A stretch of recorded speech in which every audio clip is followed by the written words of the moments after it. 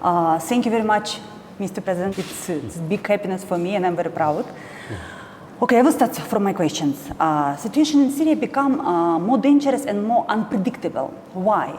Because this conflict draw inside more participants and more players. For example, who we have now in Syria on the war?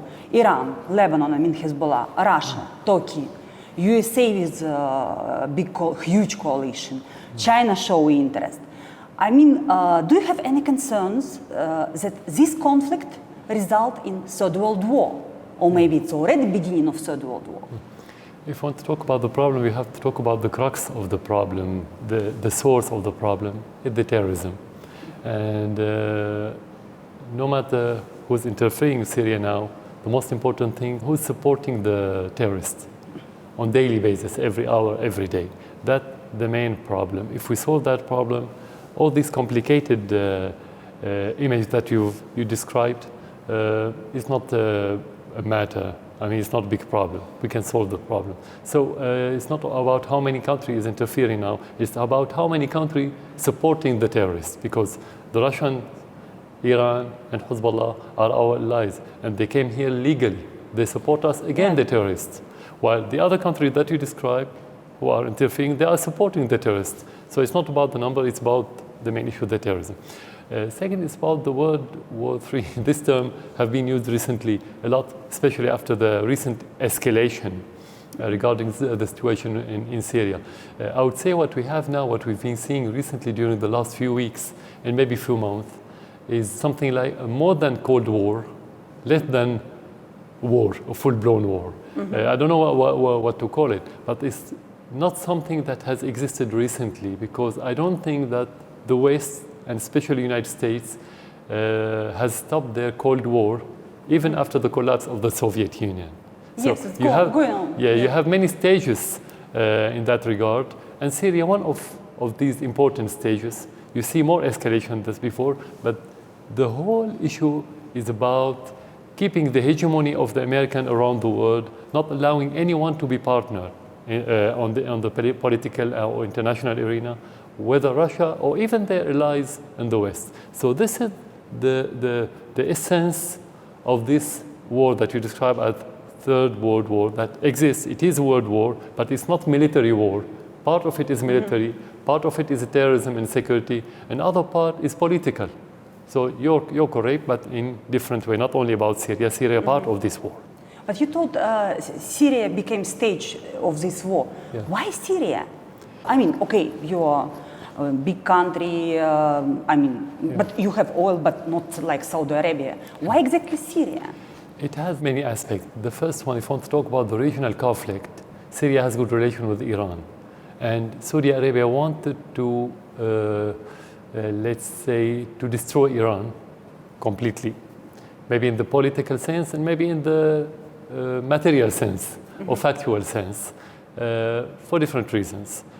So they wanted Syria to go against Iran. That's why destroying Syria could affect Iran negatively. That's how we look at it. The West, for them, Syria and Russia are allies for decades now.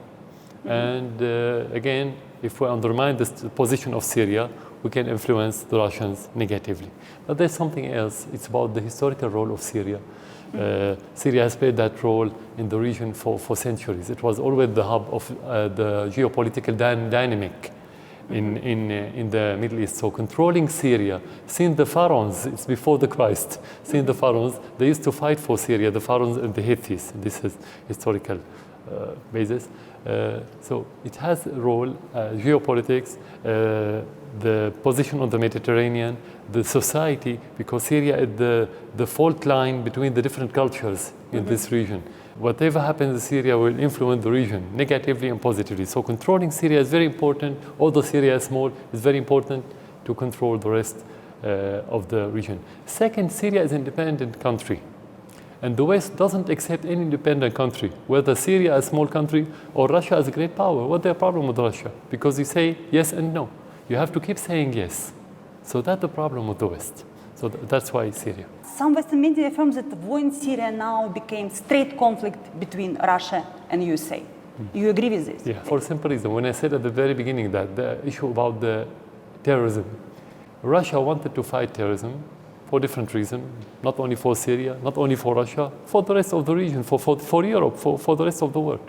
They understand what the meaning of terrorism prevailing in certain areas, while the United States have always, since Afghanistan in the early 80s, till this day, they think terrorism is a card you can play. You can put on the table. You can put it in your pocket and put it on the table anytime. So you're talking about two different entities, two different ideologies, two different behavior, two different approach. That's natural to have this conflict. Even if there's dialogue, they're not on the same page.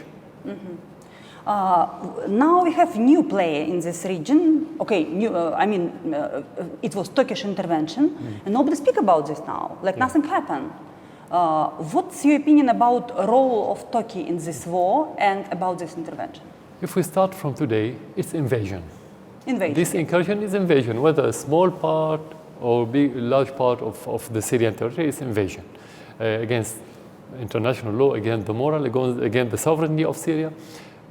But what do the Turks want from this invasion, regardless of the mask that they wear to cover their real intentions? They wanted to whitewash their real intention that they used to support ISIS and You al-Nusra. think they don't support now? No, they still support, but they say we are fighting ISIS. We're going to It's have... ridiculous. Sorry? When they tell, it's ridiculous. When course they it's tell right. we are fighting with ISIS, they made ISIS. Exactly. They made ISIS, they supported ISIS, they give them all the logistical support and they allow them to sell our oil through their border, through their territory, with the participations of Erdogan's son and his coterie. All of them were involved in the relation with the ISIS. All the world knows this. But with this invasion, they wanted to change the package of ISIS to talk about the new moderate forces, which are the same grassroots of ISIS. They move it from ISIS. They say ISIS were defeated in some areas because the Turkish bombardment and the troops and their proxies in Syria expelled ISIS from certain areas. It's just a play for the rest of the world. The second one, because he wanted to support al-Nusra. They want to support al-Nusra. And he wanted to, Erdogan in particular, wanted to have a role in the solution in Syria. It doesn't matter what kind of role. He felt that he's isolated for the last year because of ISIS. But he still feels like Syria is Ottoman Empire. For him, it's exactly. It's just his territory. His ideology is a mixture between the Brotherhood ideology, which is violent and extremist, and the Ottoman Empire or the Ottoman Sultanate. Yes. So I think with these two ideologies, he can make a mixture to control this region. That's why he supported the Muslim Brotherhood in every country, including Syria. You're right. After Russian plane was shot down by the Turks, Russia stopped relationships with Turkey. Now, after his excuses, it's look like again friendship, tourism, diplomatic relationships, everything. Putin called this knife in the back when this plane was beaten by the Turks.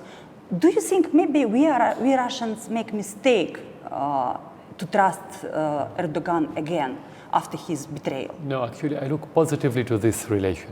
You look positively? Yeah, positively. Why? Why? We are talking about two parties. We take into consideration that these two parties, they don't see eye to eye. They are in different positions.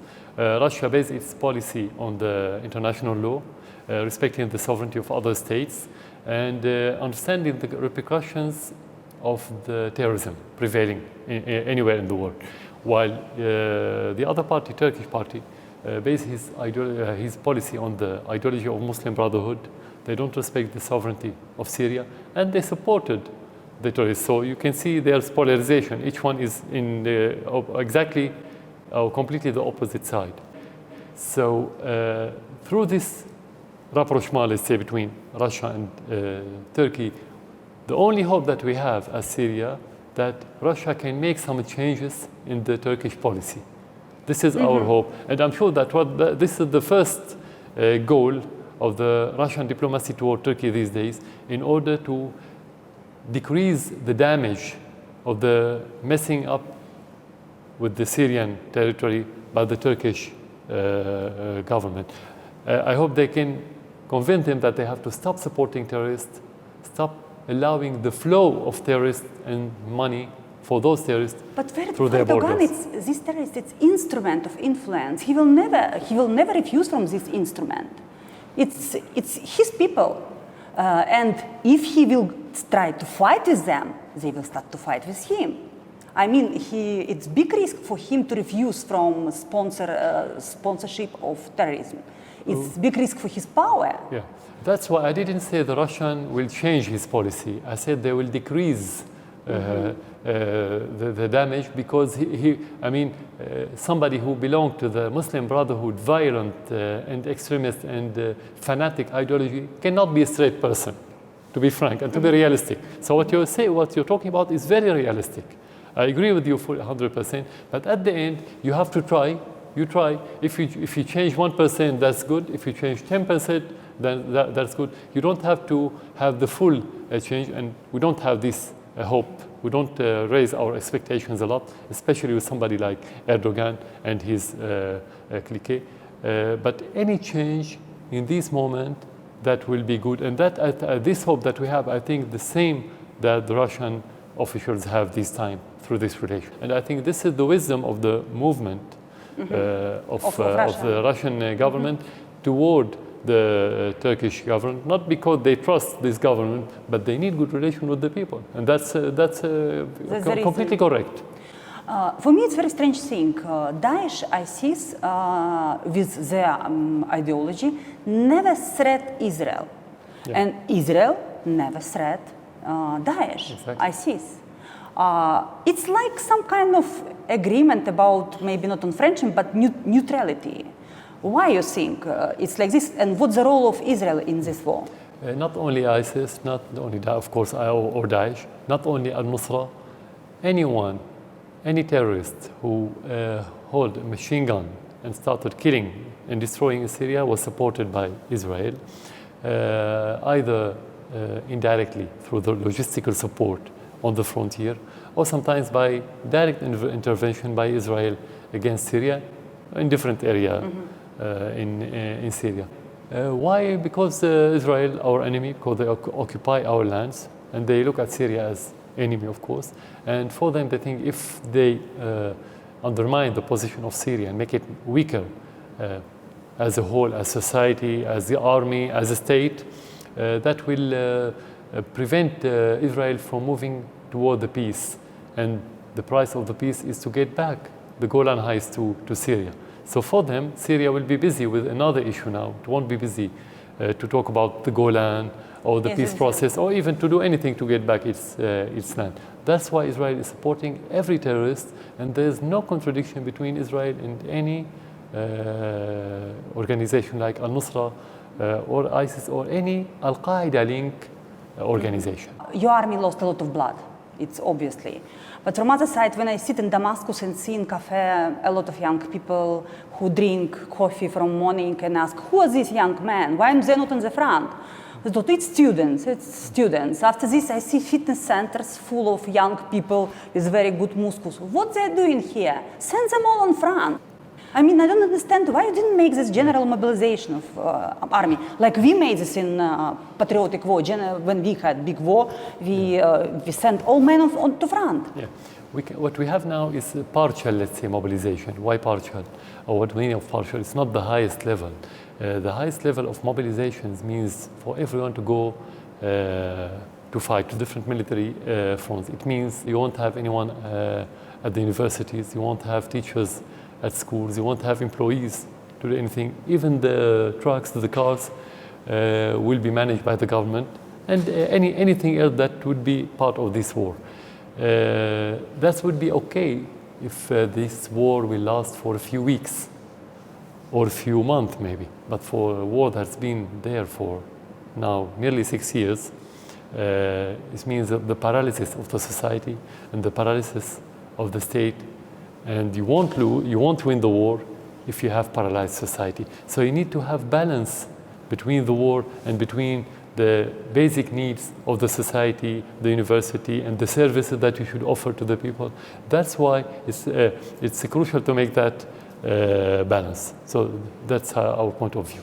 But even your TV programs, I don't understand Arabic, but when I watch this, it's like it's peace in country. A little bit from beginning about war, and after this about sport, about children, about schools. I watch this and think, oh my God, in country, I hear how mines explosions in city, like nothing happened. Exactly. Maybe it's too much. Maybe people, if you want to push patriotism in people, you must explain them every day. Guys, we're in big war, and that's exactly what every country doing. But I don't like this picture of peaceful life. It don't exist here. Our, let's say, media are not disconnected from what's going on, but you need, again, to have the balance between how much you need to have close to natural life, not completely normal life. So you need this balance. Of course, you have many different point of views regarding the media, because media is about the perception. If you don't try to live this life, the terrorists will defeat you, because that's their aim. We was living like this. When it was Great Patriotic War, all cities was empty. It was just women, okay, doctors of course, some kind of teachers, but everybody was in the front. I will give you example from my family. 4 brothers was going to front of my father, and my father left school in 13 years. He was going to factory to make bombs. And it was not normal. We would never win this war if we will not put all our men on front. But when you talk about war not only military, war everything. The most important part of our war, not only terrorists, which is in parallel or as important as the terrorist issue, is the economy. We are under embargo. So we have to do our best to keep this wheel moving forward. I understood. That's why you need to put all your effort on this life, because without this natural life, you cannot have economy. If everyone wants to stay at home and just live the life of the war, you really don't produce. Why you ask help of Russia almost in the most critical moment? Actually, almost when everything was crashed and even your life was in danger. First of all, there's traditional relation between Syria and Russia. And during the worst times of this relation, after the collapse of the Soviet Union, the relation was good. It wasn't bad. It wasn't warm. That's why you could ask help much more earlier. No, we asked the help from the very beginning, but the escalation wasn't as last year, because before that, the Syrian army was moving forward. And our enemies, let's put it in that term, our enemies, when they saw that we are moving forward on the ground, they started escalating by bringing more terrorists coming from abroad, more foreigners coming from more than 100 countries. At the end, Syria is a small country, and even the population is not very big. So we needed the help of our friends. Iran intervened, and Hezbollah and Russia as great power was very crucial in changing the balance of power on the ground. That's why it was natural to ask for the Russian help. They helped us before, maybe not directly through the air forces, but they used to send us everything, every logistical support we wanted for that war. But they live with us. We have the military experts living in Syria for decades. They saw on the ground that during that time, in 2014, the balance started changing in favor of the terrorists, with the support of the West and other countries like Saudi Arabia and Turkey and Qatar. And the Russians wanted to, they were ready to intervene directly. That's why we invited them. And because we trust them, of course. We trust their politics based on morals, before interest. We trust them because we know that they wanted to support us, because they wanted to get rid of the terrorists, not because they want to ask us anything in return. And they never did. Till this moment, they never asked us for anything in return. All these factors encouraged me and the Syrian government and the institutions to ask for the Russian help. Before this so-called revolution, I'm sure you got offers from your present enemies, some kind of offers, some kind of deals. What they wanted from you? I heard, for example, Qatar wanted to make tubes through Syria. Is it true or not? You got some kind of offers before? The offers started after the crisis.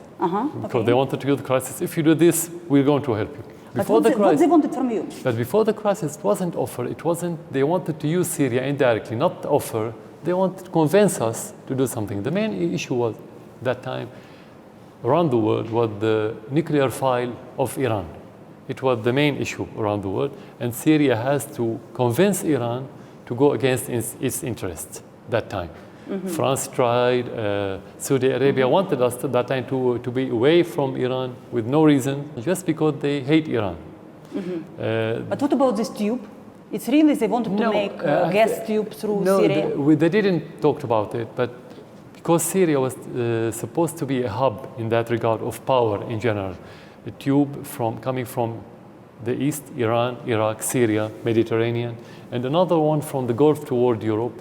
I don't think the West will accept Syria, Syria that's not puppet to the West, is not allowed to have this privilege or leverage. It's not allowed. So we think this is one of the factors, but they didn't talk about it directly.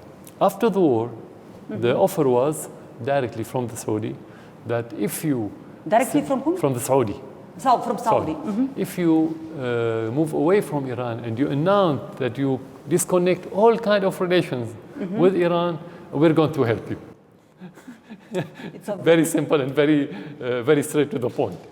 You thought in one of your interviews that this was difficult because it's simple to kill terrorists, but to kill ideology much more difficult. Exactly. And when I was speaking on the front with your officers, I told, look, how to fight with man who is not afraid to die.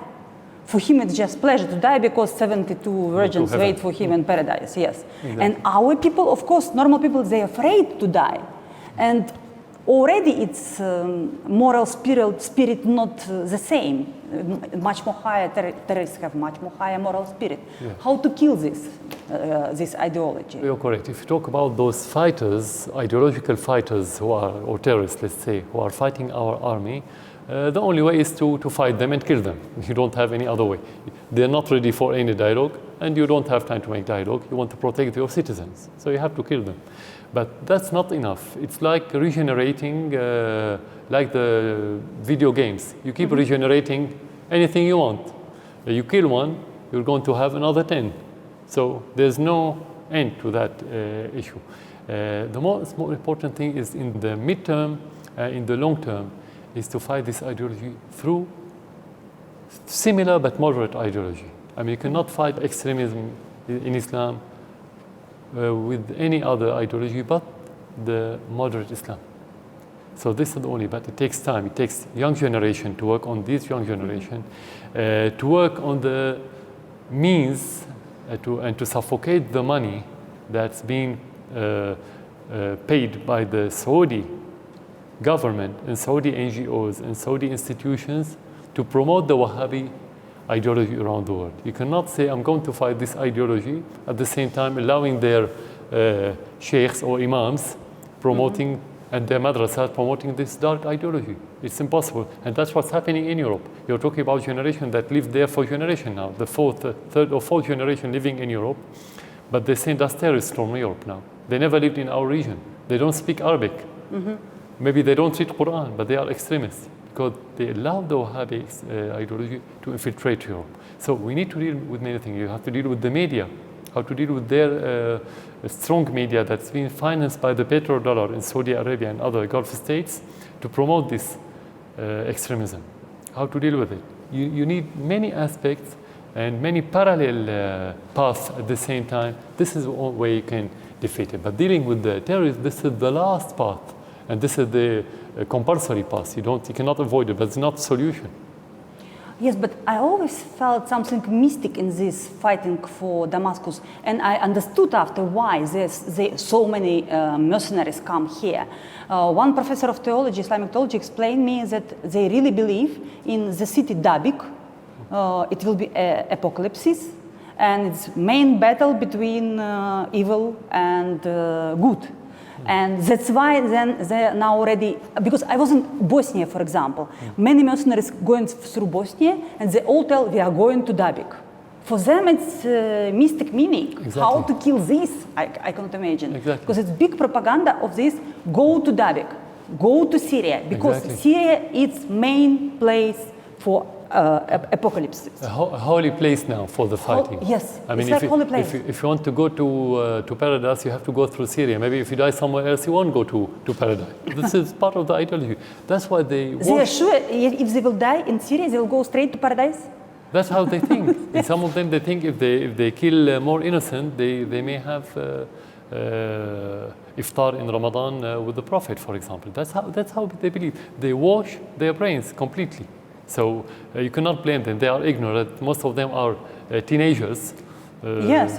They've been children, used. Exactly. children. So, but it's about the machine that's been working for decades now to whitewash these brains and to spread this extremism around the Muslim world and the Muslim communities outside this Muslim world. Do you satisfy with results of Russian intervention for this last year? We really made something serious here. In brief, before that intervention, although there was this American alliance, so-called alliance, which is for me elusive alliance, they did nothing. ISIS was expanding. ISIS and Al-Nusra were expanding. They used to have more recruitments. They used to have more oil to export through Turkey and so on. After the Russian interventions, the same land under the control of the terrorists was shrinking. This is in brief. So the reality is telling. Any other effect, I mean, is trivial. This is the main effect. They change the balance on the ground, not in favor of the terrorists. About Kurdish question, I was in Kamishli, and they want federation. They want to make federation. They thought our ideal model of state, it's like in Russia. Russia have many nationalities and they make Russian federation. Why Syria cannot be federation? Yeah. And honestly, nobody from Syrian Kurdish was speaking with me about separation or to make independent state. No, they tell we want to be in Syria, but we want autonomy. You agree with this or not? Because they're really good fighters against ISIS. Let me clarify the different aspect of this issue. First of all, we cannot talk about community, a full community in Syria, that it wants something, like talking about the Kurds or the Turks or the Arabs or the Chechen or the Armenians or any other community we have. So we can talk about part of the Kurds that they need this. Only part of them. The majority of them, no, they don't ask for it. They never. I don't speak about Kurdish in Damascus. Of course, they live I mean, even in the north, part of them talk about this. This is first. Second, when you talk about federalism or any other similar system, it should be part of the constitution. And the constitution is not owned by the government. The constitution reflects the will of the Syrian people. So if they need to have certain political system in Syria, they need to promote it among the Syrians. They cannot discuss it with me, even if I say, yes, that's a good idea, I don't mind as president or as official or as government. It must be referendum, you mean? I cannot give it to them. It's not, I don't own it. I don't own the political system in Syria. Everything should be... like referendum. Exactly, to have referendum by the Syrian people to say yes or no. Second, some people, they talk about the Kurdish federalism in the north, regardless of what I talk about most of the Kurdish, that they don't ask for this. Even if you want it, the majority in that area are Arabs. So how can you have Kurdish federalism while you have majority of Arabs? But you have contacts with them. Yeah, of course. We have dealing, we have negotiation, we always... You have negotiations. Of course, always. I mean, and we supported them during the war against ISIS. We sent them armaments, and your army knows this, all these details. Yeah. But honestly, when I was traveling by your country, I don't see any kind of opposition without guns. I mean, with whom you can speak? Yeah. You have real partners for negotiations, or it's mission impossible? This is a very important question, but you have to define the word opposition. Now, most of the world use the word opposition about people who carry guns and kill people. They don't call them opposition. Opposition is a political term. It cannot be military term. Yes, exactly. That's the problem, but everybody have guns. Exactly. Everybody. To speak. Now, if we want to talk about political opposition, of course we have. You have figures. I don't have names now, but you have figures. You can search for names. You have political currents or political movements. Which kind? What's the names of you have new parties. We can get to the name. You have so many. I mean, not all of them they don't have seats in the parliaments, for example. But during the crisis, and even before the crisis, you have so many. We can bring you list of all these. We have them. You have new parties who announce themselves as oppositions recently. Again, we can give you a list of all these. If I don't want to mention which name, I can give you the list. But we have them now. But the question here, if you want to make negotiations, that's the crucial point of your question, is not about who I'm going to make negotiations with. The question is about who's influential on the situation, who can change the situation. Now, if I'm going to sit with all these oppositions, whether inside Syria or outside Syria, whether they are real patriotic oppositions or opposition related to other countries, not to the Syrian people. Let's presume that we are sitting with them and we agreed upon anything. We said this is good for the future of Syria. The question, who's going to influence the terrorists on the ground? We all know that the majority of those terrorists belonging to Al-Qaeda affiliated groups. ISIS, Nusra, Ahrar Sham, other organizations. They don't belong to any political movement. They don't care about any ideology but their own ideology, the Wahhabi ideology. So even if we negotiate with the political opposition, we cannot change the situation. So that's the most important part of the problem. So you are correct. Who I'm going to deal with? Yes, with whom? The most important, who's going to change the situation with me? As a government, I have my means. We can change. We are fighting terrorists. What those opposition can do, that's the question. I cannot answer it. They have to answer it. They have to say we can do this and we can do that. All Western media take information about situation in Syria from this strange organization, Syrian Observatory of Human Rights. Yeah. But I understood it's just one-man band? One man living in London. I don't understand this. I was shocked when I knew. I mean, how they can use this like source of information? Yeah, because that's what the West wants. They don't need anything real. They need somebody to promote any information that suits their agenda.